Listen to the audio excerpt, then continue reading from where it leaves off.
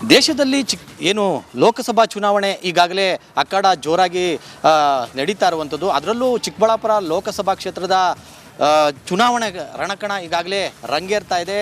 ಜೊತೆಗೆ ಏನು ಚಿಕ್ಕಬಳ್ಳಾಪುರದಲ್ಲಿ BJP ಈಗಾಗಲೇ ಏನು ನಾನು ಅಭ್ಯರ್ಥಿ ಅಂತೇಳಿ ಮಾಜಿ ಸಚಿವರಾಗಿರ್ತಕ್ಕಂಥ ಸುಧಾಕರ್ ಅವರು ಘೋಷಣೆಯನ್ನು ಮಾಡಿದ್ದಾರೆ.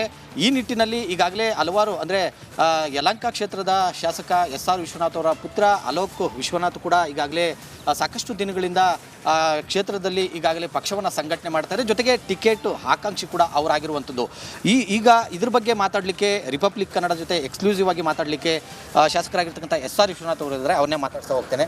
ಸರ್, ಈಗ ಮಾಜಿ ಸಚಿವರಾಗಿರ್ತಕ್ಕಂಥ ಸುಧಾಕರ್ ಅವರ ಹೇಳಿಕೆ ಈಗ BJPಯಲ್ಲೂ ಕೂಡ ಕೆಲವು ಗೊಂದಲಗಳನ್ನು ಉಂಟು ಮಾಡಿರುವಂಥದ್ದು. ಇದ್ರ ಬಗ್ಗೆ ನೀವು ಫಸ್ಟ್ ರಿಯಾಕ್ಷನ್? ಒಂದು, ಸುಧಾಕರ್ ಅವರು ನಮ್ಮ BJPಯ ಮುಖಂಡರು ಮತ್ತು ಮಾಜಿ ಸಚಿವರು, ಚಿಕ್ಕಬಳ್ಳಾಪುರ ಲೋಕಸಭಾ ಕ್ಷೇತ್ರ ವ್ಯಾಪ್ತಿಗೆ ಬರ್ತಕ್ಕಂಥವ್ರು.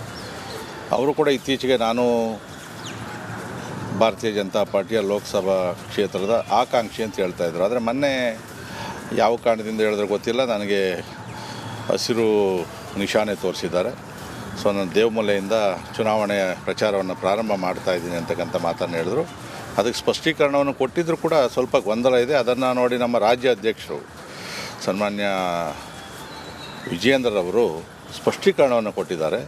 8 ವಿಧಾನಸಭಾ ಕ್ಷೇತ್ರ ಅಂದರೆ ಇಡೀ ರಾಜ್ಯದಲ್ಲಿ ನಡೆಯುವಂಥ ಪ್ರೋಸೆಸ್, ಅಲ್ಲಿ ಕಾರ್ಯಕರ್ತರ ಮುಖಂಡರ ಅಭಿಪ್ರಾಯವನ್ನು ತಗೊಂಡು ಸೊ ಅಲ್ಲಿಂದ ನಮ್ಮ ರಾಜ್ಯ ಕೋರ್ ಕಮಿಟಿಯಲ್ಲಿ ತೀರ್ಮಾನ ಮಾಡಿ ಆ ಪಟ್ಟಿಯನ್ನು ಯಥಾವತ್ತಾಗಿ ವರಿಷ್ಠ ಮಂಡಳಿ ಅಂದರೆ ನಮ್ಮ ಪಾರ್ಲಿಮೆಂಟ್ರಿ ಬೋರ್ಡ್ ಏನಿದೆ, ಚುನಾವಣಾ ಪಾರ್ಲಿಮೆಂಟ್ರಿ ಬೋರ್ಡ್, ಅಲ್ಲಿಗೆ ಹೋಗ್ತದೆ. ಅಲ್ಲಿ ಅಂತಿಮ ಆದಮೇಲೆ ಅನೌನ್ಸ್ ಮಾಡ್ತಾರೆ. ಅಲ್ಲಿವರೆಗೂ ಕೂಡ ಆಕಾಂಕ್ಷಿನೇ ಹೊರತು ಯಾರು ಕೂಡ ಅಧಿಕೃತವಾಗಿ ಅಭ್ಯರ್ಥಿ ಅಂತ ಹೇಳ್ಕೊಳಂಗಿಲ್ಲ. ಸೊ ಇದು ಎಲ್ಲೋ ಒಂದು ಕಡೆ ಅವರು ಅದನ್ನು ಹೇಳಿರೋದ್ರಿಂದ ಸೊ ನಾವು ಕೂಡ ನಿನ್ನೆ ಪ್ರತಿಕ್ರಿಯೆಯನ್ನು ವ್ಯಕ್ತಪಡಿಸಬೇಕಾಗಿತ್ತು. ಸೊ ಅದಕ್ಕೋಸ್ಕರ ಯಾರು ಕೂಡ ಅಭ್ಯರ್ಥಿ ಅಂತ ಹೇಳಿ ಅಧಿಕೃತವಾಗಿ ಘೋಷಣೆ ಆಗೋವರೆಗೂ ಹೇಳ್ಕೊಳ್ಳೋಂಥ ಪದ್ಧತಿ ನಮ್ಮ ಭಾರತೀಯ ಜನತಾ ಪಾರ್ಟಿಯಲ್ಲಿ ಇಲ್ಲ. ಸರ್, ಈಗ ಒಂದು ಕಡೆ ಚಿಕ್ಕಬಳ್ಳಾಪುರ ಲೋಕಸಭಾ ಕ್ಷೇತ್ರ ಮತ್ತು ಕೋಲಾರ ಇರ್ಬೋದು, ಬೆಂಗಳೂರು ಗ್ರಾಮಾಂತರದಲ್ಲಿ ಸಾಕಷ್ಟು ಜನ ಒಕ್ಕಲಿಗ ಸಮುದಾಯದವರು, ಸಾಕಷ್ಟು ಜನ 7 ರಿಂದ 8 ಲಕ್ಷ ಇದ್ದಾರೆ. ಆದರೆ ವಿಶ್ವನಾಥ್ ಅವರು ರೆಡ್ಡಿ ಸಮುದಾಯ, ನಂದು ಒಕ್ಕಲಿಗ ಸಮುದಾಯ ಅಂತಕ್ಕಂಥ ನಿಟ್ಟಿನಲ್ಲಿ ಹೇಳಿರುವಂಥದ್ದು ಸುಧಾಕರ್ ಅವರು. ಈಗ ಯಾವುದೋ ಒಂದು ಸಮುದಾಯ ಅಂತ ಹೇಳೋದಲ್ಲ. ವೀರಪ್ಪ ಮೊಯ್ಲಿಯವರು 2 ಬಾರಿ ಈ ಕ್ಷೇತ್ರದಲ್ಲಿ ಗೆದ್ದರು. ಬಚ್ಚೇಗೌಡರು 2ನೇ ಬಾರಿ ನಿಂತಾಗ ಕೂಡ ಬಚ್ಚೇಗೌಡರು ಸೋತರು. ಇವತ್ತು ನಾವು ಯಾರು ಬೇರೆ, ನಾವು ಒಕ್ಕಲಿಗರೇ ಅಲ್ವಾ. ಸುಧಾಕರ್ ರೆಡ್ಡಿ ಅವ್ರ ತಂದೆ ಹೆಸರು, ಸುಧಾಕರ್ ಅವ್ರ ತಂದೆ ಹೆಸರು ಕೇಶವ ರೆಡ್ಡಿ, ಅವ್ರ ಚಿಕ್ಕಪ್ಪ ರವೀಂದ್ರನಾಥ್ ರೆಡ್ಡಿ. ನಮ್ಮಲ್ಲೆಲ್ಲ ಏನು ಅಂತಂದರೆ ಒಕ್ಕಲಿಗರು ಕೂಡ ರೆಡ್ಡಿ ಈ ಥರ ಹೆಸರುಗಳನ್ನು ಇಟ್ಕೊಂಡಿರ್ತಾರೆ ಹೊರತು ಯಾರು ಕೂಡ ಜಾತಿಯ ಆಧಾರದ ಮೇಲೆ ವೋಟ್ ಹಾಕ್ತಾರೆ.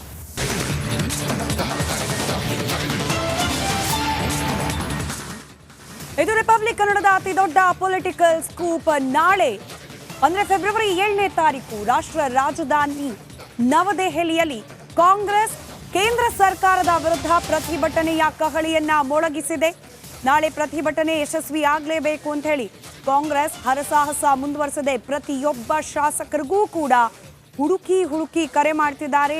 DK ಶಿವಕುಮಾರ್ ನಿನ್ನೆಯಿಂದಲೇ ಕರೆ ಮಾಡಲಿಕ್ಕೆ ಪ್ರಾರಂಭ ಮಾಡಿದ್ದಾರೆ. ದೆಹಲಿ ಚಲೋಗೆ ಕಡ್ಡಾಯವಾಗಿ ಎಲ್ಲ ಶಾಸಕರು ಕೂಡ ಹಾಜರಾಗಲೇಬೇಕು ಅಂತ ಹೇಳಿ ಸೂಚನೆಯನ್ನ ರವಾನಿಸುತ್ತಿದ್ದಾರೆ. ಯಾವುದೇ ಕಾರಣಕ್ಕೂ ಗೈರಾಗದಂತೆ DK ಆದೇಶವನ್ನ ಹೊರಡಿಸಿದ್ದಾರೆ. ಕಾಂಗ್ರೆಸ್ಗೆ ಕೆಲ ಶಾಸಕರು ಈ ದೆಹಲಿ ಚಲೋ ಸಂದರ್ಭದಲ್ಲಿ ಕೈ ಕೊಡ್ತಾರೆ ಅನ್ನೋ ಮಾಹಿತಿ ಇದೆ. ಇದೇ ಮಾಹಿತಿಯನ್ನು ಆಧಾರವಾಗಿಟ್ಕೊಂಡು ಪ್ರತಿಯೊಬ್ಬರಿಗೂ ಕೂಡ ಕರೆ ಮಾಡಿ ಪ್ರತಿಯೊಬ್ಬ ಕಾಂಗ್ರೆಸ್ನ ಶಾಸಕರು ಕೂಡ ದೆಹಲಿಯಲ್ಲಿ ಇರಬೇಕು, ದೆಹಲಿ ಚಲೋದಲ್ಲಿ ಭಾಗಿಯಾಗಬೇಕು ಅಂತ ಹೇಳಿ ಆದೇಶ ನೀಡುತ್ತಿದ್ದಾರೆ ಕೆಪಿಸಿಸಿ ಅಧ್ಯಕ್ಷರು ಆಗಿರುವ DK ಶಿವಕುಮಾರ್.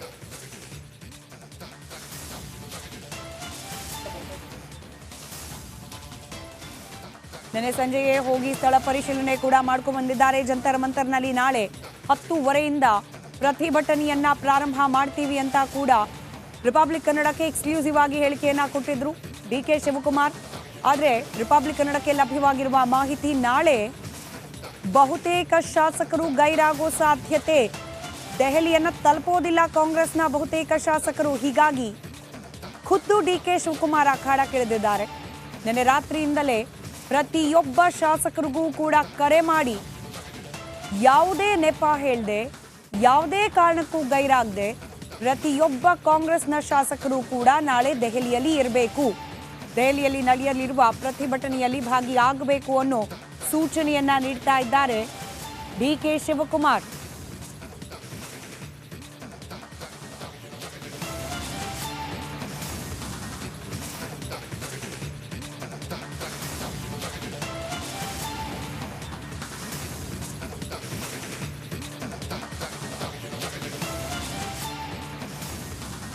ಇನ್ನು ಡಿಕೆ ಶಿವಕುಮಾರ್ ಈ ರೀತಿ ಕರೆಯನ್ನ ಕೊಟ್ಟಿದ್ದು ಶಾಸಕರು ನಾ ಮುಂದು ತಾ ಮುಂದು ಅನ್ನುವಂತ ದೆಹಲಿಗೆ ದೌಡಾಯಿಸ್ತಾ ಇದ್ದಾರೆ. ನಿಗಮ ಮಂಡಳಿ ಅಧ್ಯಕ್ಷರುಗಳು ಕೂಡ ಈಗಾಗಲೇ ದೆಹಲಿಯತ್ತ ಮುಖ ಮಾಡಿದ್ದಾರೆ. ಟರ್ಮಿನಲ್ 2 ಮೂಲಕ ದೆಹಲಿಯನ್ನ ತಲುಪ್ತಾ ಇದ್ದಾರೆ. ಈಗಾಗಲೇ ಶಾಸಕರುಗಳಿಗೆ ಕರೆ ಮಾಡಿ ಖಡಕ್ ಸೂಚನೆಯನ್ನ ಡಿಸಿಎಂ ಡಿಕೆ ಶಿವಕುಮಾರ್ ಕೊಡ್ತಾ ಇದ್ದಾರೆ. ಪ್ಲಸ್ ಪಕ್ಷದ ಅಧ್ಯಕ್ಷರಾಗಿಯೂ ಕೂಡ ಯಾವುದೇ ಕಾರಣಕ್ಕೂ ಗೈರಾಗಬಾರದು ನಾಳೆ ನಡೆಯುವಂತಹ ಪ್ರತಿಭಟನೆಗೆ ಅಂತ. ಹೀಗಾಗಿ ದೆಹಲಿ ತಲುಪೋದಕ್ಕೆ ಈಗಾಗಲೇ ಎಲ್ಲರೂ ಕೂಡ ಅಣಿಯಾಗಿದ್ದಾರೆ. ಬಸನಗೌಡ, ದದ್ದಲ್, ಹಂಪಯ್ಯ ಪ್ರಯಾಣವನ್ನ ಬೆಳೆಸಿದ್ದಾರೆ ನಿಗಮ ಮಂಡಳಿ ಅಧ್ಯಕ್ಷರುಗಳು ಕೂಡ. ನಾಳೆ ಕಾಂಗ್ರೆಸ್ನಿಂದ ದೆಹಲಿಯಲ್ಲಿ ಪ್ರತಿಭಟನೆ ನಡೀತಾ ಇದೆ. ತೆರಿಗೆ ಪಾಲು, ಮಲತಾಯಿ ಧೋರಣೆ, ಅನ್ಯಾಯ, 10 ಹಲವು ವಿಚಾರಗಳನ್ನು ಖಂಡಿಸಿ ಪ್ರತಿಭಟನೆಯನ್ನ ಮಾಡ್ತೀವಿ ಅಂತ ಈಗಾಗಲೇ ಕಾಂಗ್ರೆಸ್ ನಾಯಕರುಗಳು ಹೇಳ್ತಾ ಇದ್ದಾರೆ.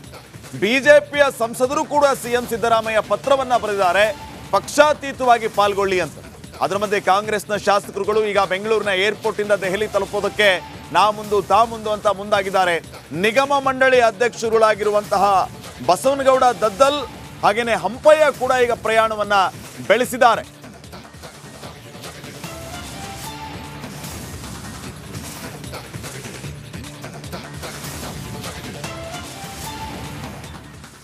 ಮತ್ತೊಂದು ಕಡೆಯಲ್ಲಿ ನಾಳಿನ ದೆಹಲಿ ಚಲೋ ನನ್ನ ತೆರಿಗೆ ನನ್ನ ಹಕ್ಕು ಅನ್ನೋ ಅಭಿಯಾನ ಏನು ಕಾಂಗ್ರೆಸ್ ನಡೆಸಿದೆ, ಇದು ಶತಾಯ ಗತಾಯ ಯಶಸ್ವಿ ಆಗಲೇಬೇಕು ಅಂತ ಹೇಳಿ ಒಂದ್ ಕಡೆಯಿಂದ ಉಪಮುಖ್ಯಮಂತ್ರಿಗಳು, ಮತ್ತೊಂದು ಕಡೆಯಿಂದ ಮುಖ್ಯಮಂತ್ರಿಗಳು ಪ್ರಯತ್ನ ಮಾಡ್ತಿದ್ದಾರೆ. ಇದರ ಭಾಗವಾಗಿ ರಾಜ್ಯದ ಎಲ್ಲಾ ಸಂಸದರಿಗೂ ಕೂಡ, ಇನ್ಕ್ಲೂಡಿಂಗ್ ಬಿಜೆಪಿ ಸಂಸದರಿಗೂ ಕೂಡ ಪತ್ರ ಬರೆದಿದ್ದಾರೆ ಮುಖ್ಯಮಂತ್ರಿ ಸಿದ್ದರಾಮಯ್ಯ.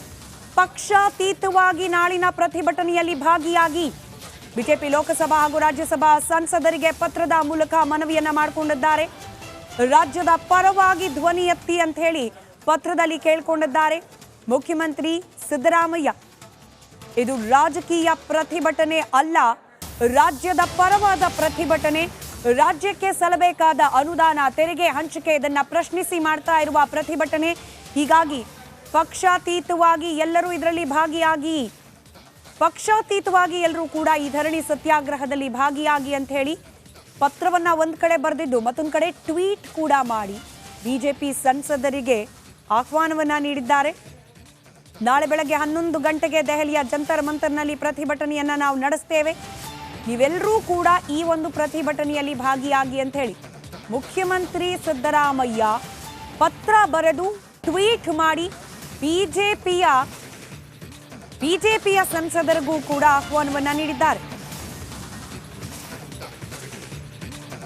ಒಂದು, ಇಲ್ಲಿ ಬಿಜೆಪಿಯ ಸಂಸದರು ಇನ್ ಕೇಸ್ ನಾಳಿನ ಪ್ರತಿಭಟನೆಯಲ್ಲಿ ಭಾಗಿಯಾಗದೆ ಹೋದ್ರೆ ರಾಜ್ಯ ಕಾಂಗ್ರೆಸ್ ಘಟಕಕ್ಕೆ ಮತ್ತೊಂದು ಅಸ್ತ್ರ ಕೈಯಲ್ಲಿ ಸಿಕ್ಕಂಗಾಗತ್ತೆ.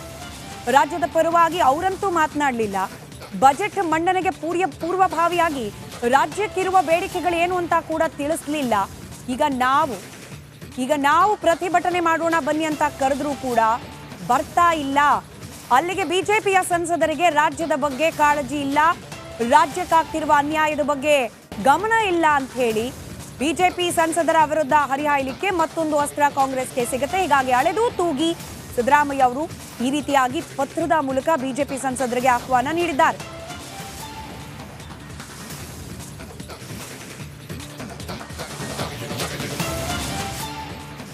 ಈಗ ರಾಜಕೀಯದ ಇನ್ನುಳಿದ ಸುದ್ದಿಗಳನ್ನ ಗಮನಿಸೋಣ. Kurukshetra top final. ಲಕ್ಷ್ಮಣ್ ಸವದಿ ಬಿಜೆಪಿಗೆ ವಾಪಸ್ ಆಗ್ತಾರಾ ಅನ್ನೋಂಥ ಚರ್ಚೆ ಒಂದ್ ಕಡೆ, ಮತ್ತೊಂದ್ ಕಡೆ ಅವರಿಗೆ ಬಿಜೆಪಿ ಬೀದರ್ ಲೋಕಸಭೆ ಟಿಕೆಟ್ ಕೊಡ್ಲಿದೆ ಅನ್ನೋಂಥ ವದಂತಿ. ಇದರಿಂದ ಕೇಂದ್ರ ಸಚಿವ ಭಗವಂತ್ ಖೂಬಾ ಟೆನ್ಷನ್ ಆಗಿದ್ದಾರಂತೆ. ಸವದಿ ಅವರು ಬಿಜೆಪಿಗೆ ವಾಪಸ್ ಆದರೆ ಸ್ವಾಗತಿಸ್ತೇನೆ, ಅವರು ನಮ್ಮವರು ಅಂತ ಮಾಜಿ ಸಚಿವ ಪ್ರಭು ಚೌಹಾಣ್ ಹೇಳಿದ್ದಾರೆ.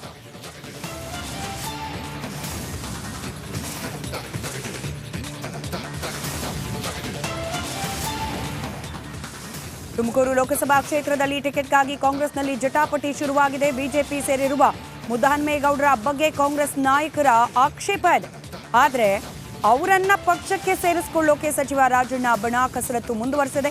ಚುನಾವಣೆಯಲ್ಲಿ ಮೋಸ ಮಾಡಿದವರಿಗೆ ಟಿಕೆಟ್ ಕೊಡದಂತೆ ಮತ್ತೊಂದು ಬಣ ಆಗ್ರಹಿಸ್ತಾ ಇದೆ. ಹೀಗಾಗಿ ತುಮಕೂರು ಕ್ಷೇತ್ರದ ಕಾಂಗ್ರೆಸ್ ಟಿಕೆಟ್ ಸಾಕಷ್ಟು ಕುತೂಹಲಕ್ಕೆ ಕಾರಣವಾಗಿದೆ.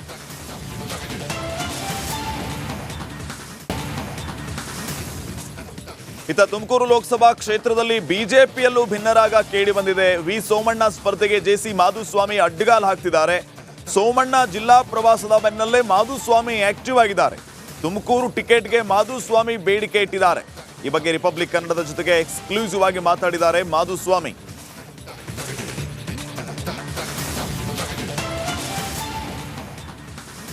ಲೋಕಸಭಾ ಚುನಾವಣಾ ಅಖಾಡ ರಂಗೇರ್ತಾ ಇದೆ. ಅಸಮಾಧಾನಗೊಂಡಿರುವ ಬಿಜೆಪಿ ಮುಖಂಡ ಮಾಜಿ ಸಚಿವ ಸೋಮಣ್ಣ ಪಕ್ಷದ ಹಿರಿಯರನ್ನ ಭೇಟಿ ಮಾಡುತ್ತಿದ್ದಾರೆ. ಪಕ್ಷದ ರಾಷ್ಟ್ರೀಯ ಅಧ್ಯಕ್ಷ ಜೆಪಿ ನಡ್ಡಾ ಅವರನ್ನ ಭೇಟಿ ಮಾಡಿ ಮಾತನಾಡಿದ್ದಾರೆ. ಇದರ ಬೆನ್ನಲ್ಲೇ ಜೆಡಿಎಸ್ ವರಿಷ್ಠ ದೇವೇಗೌಡರನ್ನು ಕೂಡ ಭೇಟಿ ಮಾಡಿದ್ದಾರೆ.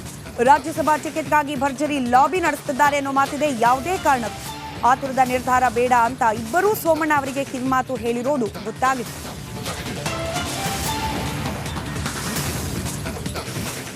ಲೋಕಸಭೆ ಅಖಾಡಕ್ಕೆ ರಾಜ್ಯ ಸರ್ಕಾರದ ಕೆಲವು ಸಚಿವರು ಕಣಕ್ಕಿಳಿಯುವ ಸಾಧ್ಯತೆಯನ್ನ ಸಚಿವ ದಿನೇಶ್ ಗುಂಡೂರಾವ್ ತಿಳಿಸಿದ್ದಾರೆ.